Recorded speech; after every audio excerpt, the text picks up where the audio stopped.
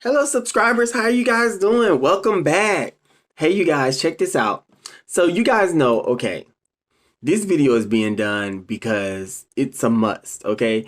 You guys, I've been anticipating this movie for, it seemed like at least like a year and a half. The Little Mermaid with Halle Bailey and Melissa McCarthy, if I'm not mistaken, and other characters as well. And let me tell you guys something. Not characters, but actors. But yeah, so today I was able to watch the movie and do a full movie review. Now let me tell you guys something. You guys know that when you go online, you're going to see a lot of people that's going to say this, that's going to say that, and they're going to give you all this feedback and everything. But y'all, come on now. I'm a Sagittarius. You know I can't do anything other than deliver the truth. Okay? So I'm going to tell you guys, is this movie worth watching or not? And also, I was jotting down notes along the way. So this should be a really quick movie review. I usually don't do movie reviews, but this one was a must. This will be a really quick movie review because really all I have to do is just read my notes. And I'm going to tell you guys what the whole rundown is. Okay. Here is the truth about the new live action Little Mermaid movie by Disney. The scenes in the movie come back to back, so there's no dull moment. But I feel like I wrote this note too fast because once it got towards the castle scene, it kind of got a little boring. But there was moments in between that kind of, kept the spark going. You know what I'm saying? It's almost like one of those things where you have a powerful torch and then all of a sudden it starts like dimming and dimming and dimming. But then every so often there's a spark. It was kind of sort of like that when it got to the castle scene. But from the beginning up until that point, the movie is very entertaining, ladies and gentlemen. Melissa did a great job as Ursula. Now, hold on one sec, you guys, before I finish this, because I want to make sure that I'm saying the right name, because I think it was Melissa McCarthy, if I'm not mistaken, that played Ursula. And I'm going to give it to you guys the way it really is. Okay, so Melissa McCarthy, let me just look that name up. I just want to make sure. Yeah, that's her. Melissa McCarthy. Okay, so here we go. So for those of you that haven't watched it, this is the review.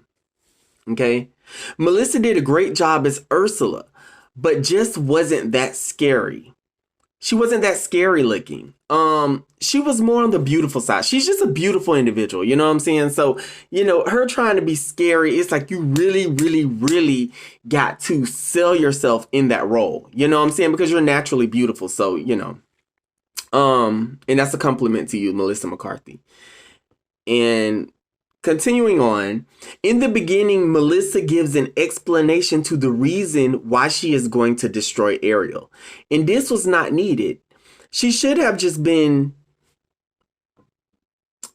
focusing on what Ariel's doing, and later on in the movie, made her evil move. You know what I'm saying? We don't want to hear every so often that, oh, I'm going to do this, and she's doing that, and she's over there, and she's swimming over there, but just wait till this happens. We don't want to hear that. Like, just do what you're going to do. You know what I'm saying? We know it's bound to happen because we know what happened in the original Little Mermaid story, the cartoon movie. So we know what's going to happen, but we just don't need you telling us that. Okay?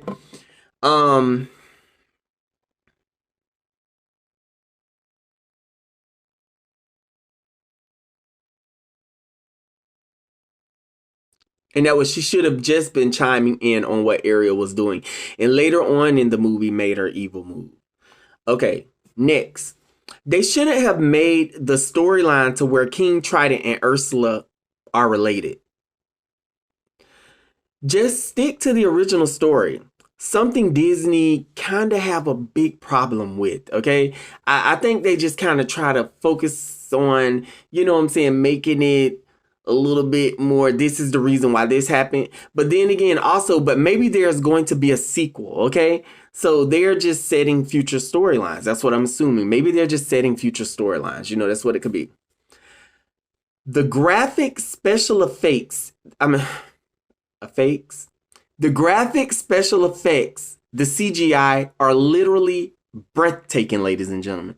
So if you've heard otherwise, people are telling you, oh, it don't look that good. Oh, the shading, the lighting, the dark. It looks amazing. It looks amazing, seriously. Every time I watch the movie, for some reason, I feel like I'm suffocating. I had to get over that. Because, you just think, there's that constant thought that they're under the water, and you're just like, I can't breathe. Like, you know what I'm saying? But I always felt like that. It was so weird. Even during the previews, when I watched the previews of the movie, I felt like that. Okay. Sebastian was very funny, but I keep trying to figure out if he is a blue crab or a Dungeness crab. Whatever the case, I just want to eat him. You know what I'm saying? He's so cute and funny, but it's like, I'm hungry. For those of you that watch my videos, y'all know what it gives. Okay?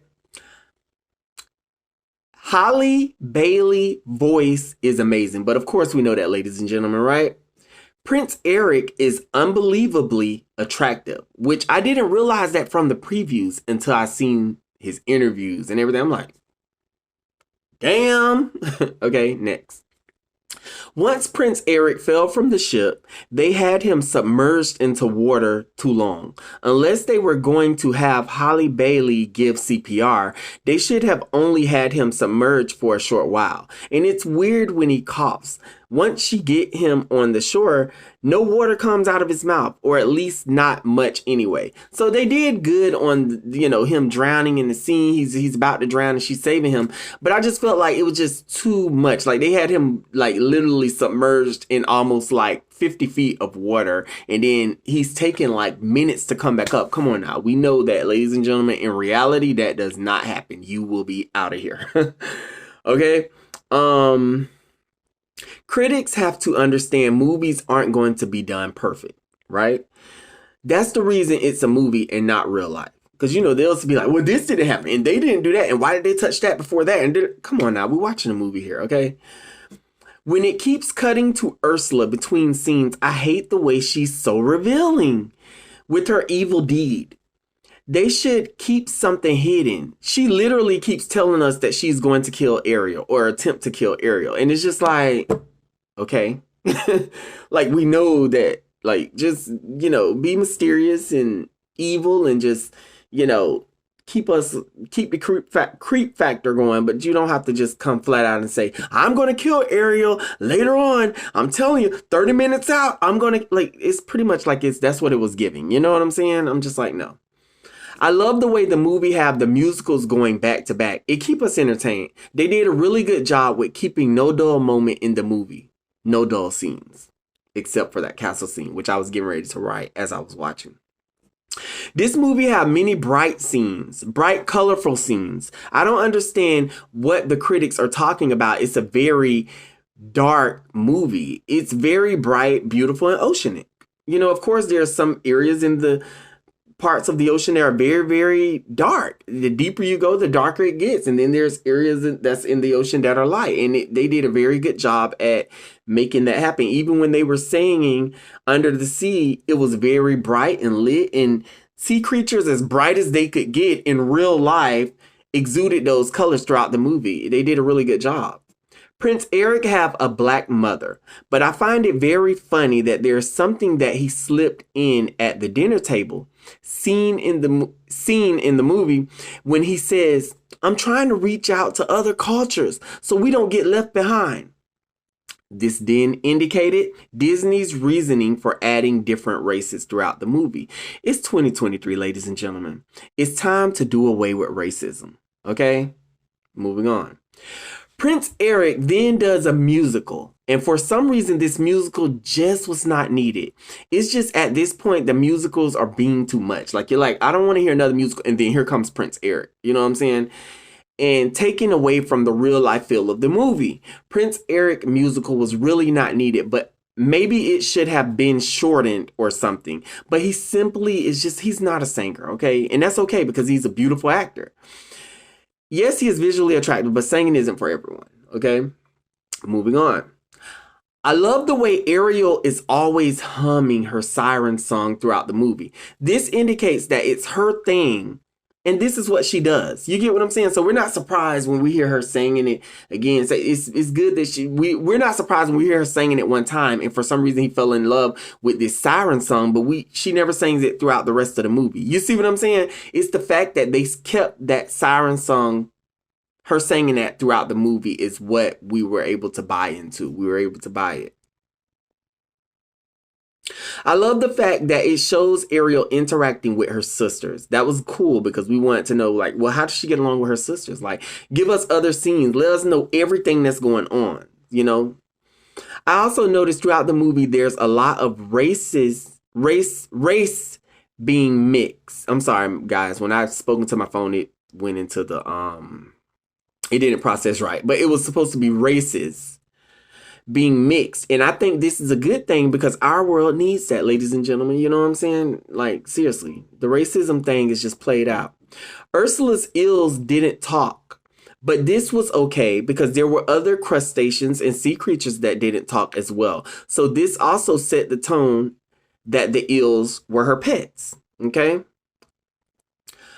And if they were to make them talk, they could have had like these really raspy voices that you could not really distinguish between what they were saying, but they spoke just enough clear that you could kind of understand it, but it was so raspy or something. You know, they could have did something like that. But other than that, it's cool that the eels don't talk. We just know that they're on Ursula's side, okay?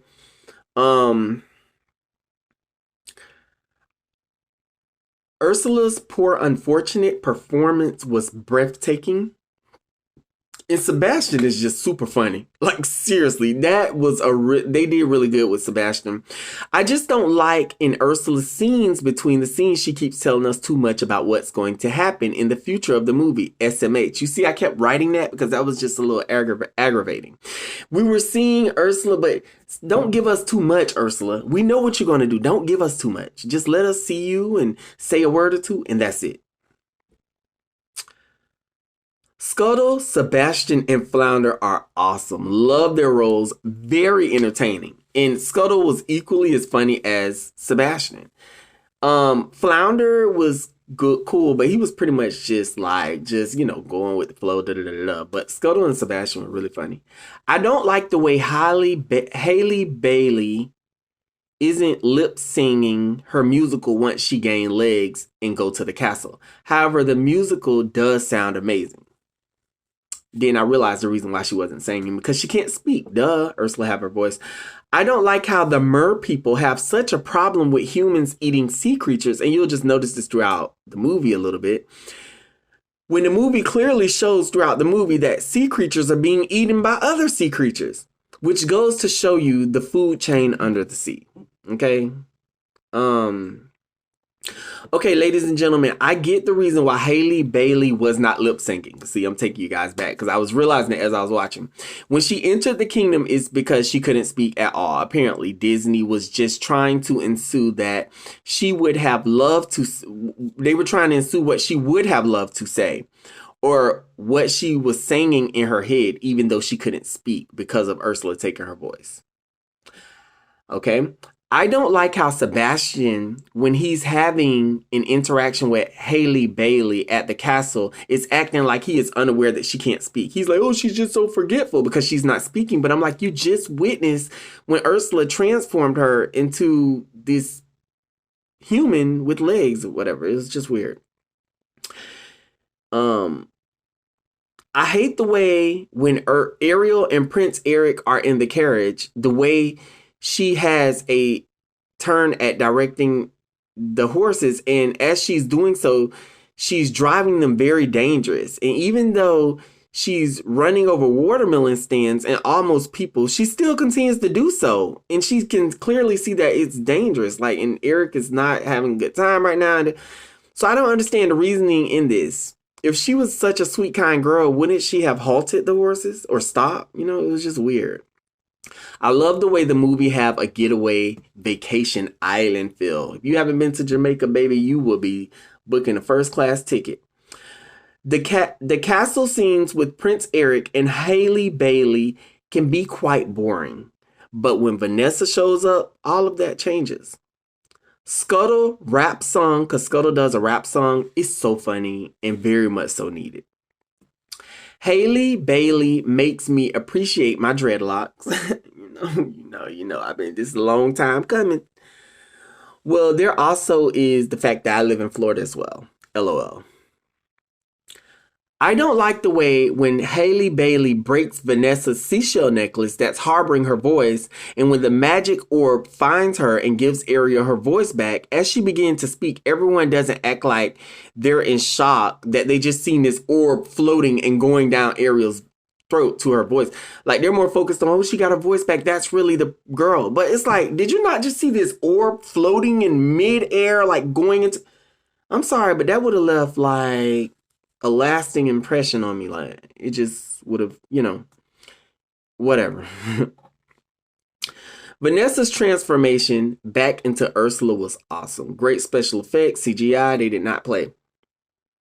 It's so funny when Ursula nosedive with Ariel back into the water, and then she begins talking to her about how they made a deal and Ursula,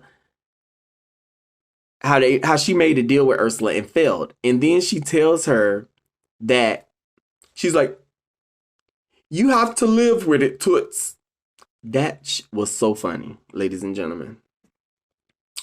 The big Ursula they created was very impressive, okay? But I also feel that when it was her time to be destroyed, by having the vessel, the pole sticking out from the vessel to pierce her, that was driven into her, they could have done better at the special effects, at showing her being destroyed. It was kind of sort of like, she gets pierced and you just see her sinking. I don't even think she screamed. Was there a scream? Like, it should have been, oh my gosh, I'm dying. Like, because we kind of sort of just see her sinking. Like, is she dead or is she still alive? What is she doing? We know she lives underwater. Is she going to come back up? We don't know. Is she going to submerge? Overall, out of a 1 out of 10, I give the movie, honestly, I give the movie an 8. It was very good. And that's like me critiquing hard. And I honestly feel like you guys should go out to see it. For those of you that haven't, it's really, really good. And just the special effects, CGI, make you want to watch it even more. I love each and every last one of you guys. Thank you guys for listening to my review on this Little Mermaid movie. And I will see you guys in more videos. Bye-bye.